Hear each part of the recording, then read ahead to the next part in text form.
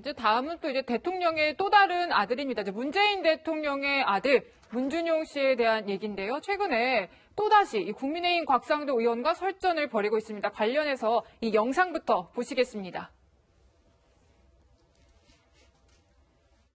저희들이 요구를 한 게 강의 평가 결과 어떤 조건으로 강사가 됐느냐 이 자료들을 저희들이 요구를 했습니다. 다른 사람들은 전부 그 시간 강사법 때문에 형편이 어려워지고 상당한 시간 강사가 잘렸거든요. 네. 그런데 이분은 강좌 수가 늘었으니까 저희들이 이게 문제점이 없는지 확인하기 위해서 이 자료를 요구했습니다. 건국대학에. 네. 그런데 이 자료를 저희들이 받지를 못하고 있는데 이 자료 제출하실 겁니까? 예, 제가 강사 고용까지는 제가 알 수 없는 상황이고요. 말씀하신 자료는 저희가 성실히 마련해서 제출하도록 하겠습니다.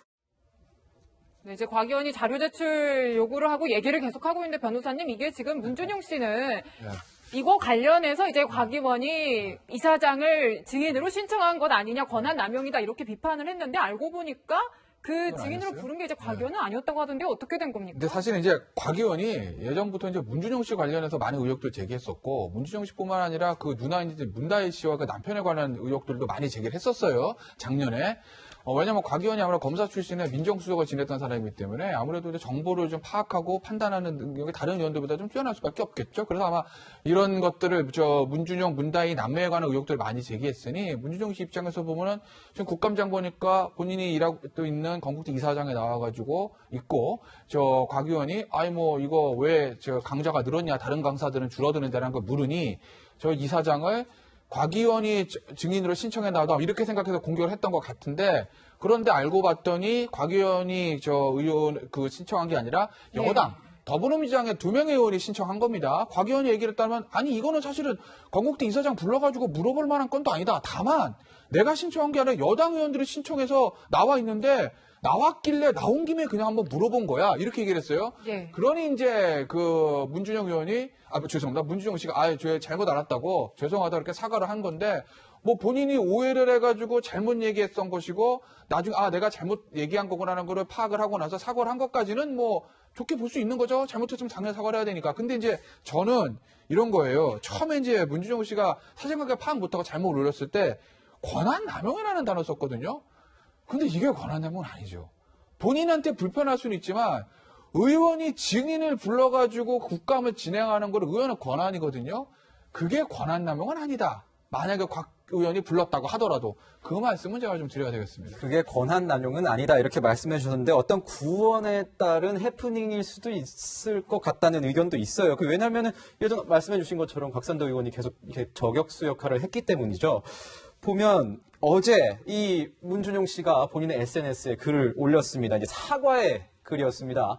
곽상도 의원님, 제가 잘못한 부분이 있군요. 미안합니다. 앞으로 우리 헤어플레이 합시다. 그러니까 앞으로도 뭐 예상을 한 것 같아요. 계속 공격이 들어올 것 같다 이렇게 얘기를 한 것 같은데 뭐 어떻게 보십니까, 교수님? 그러니까 지금 어느 연구 보고서에 의하면 세계 전쟁의 절반 이상이 오인에 의해서 난다는 거죠. 5인 사격과 5인의 그러니까 이제 오해죠, 오해. 오해에 따라서. 그러니까 우리가 미스퍼셉션이라고 그러는데 이것도 마찬가지죠. 지금까지의 상호작용이 굉장히 부정적이었잖아요. 문준용 씨하고 곽상도 의원과.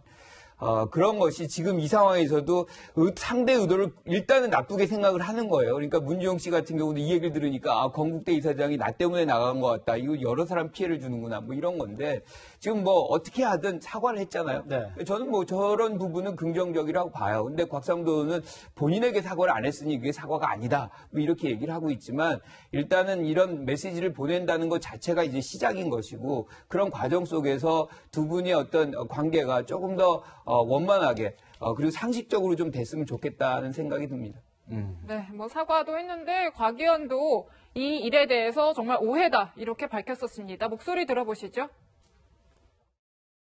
문준용 씨의 글은 사실관계부터가 맞지 않습니다. 제가 이 사장님을 문준용 씨 건 때문에 일부러 불렀다고 오해를 하고 있는데 저는 일부러 부른 사실이 없습니다. 문준용 씨 문제 가지고 건국대 이사장님을 국감장까지 불러야 될 그럴 사안이라고 생각하지 않습니다.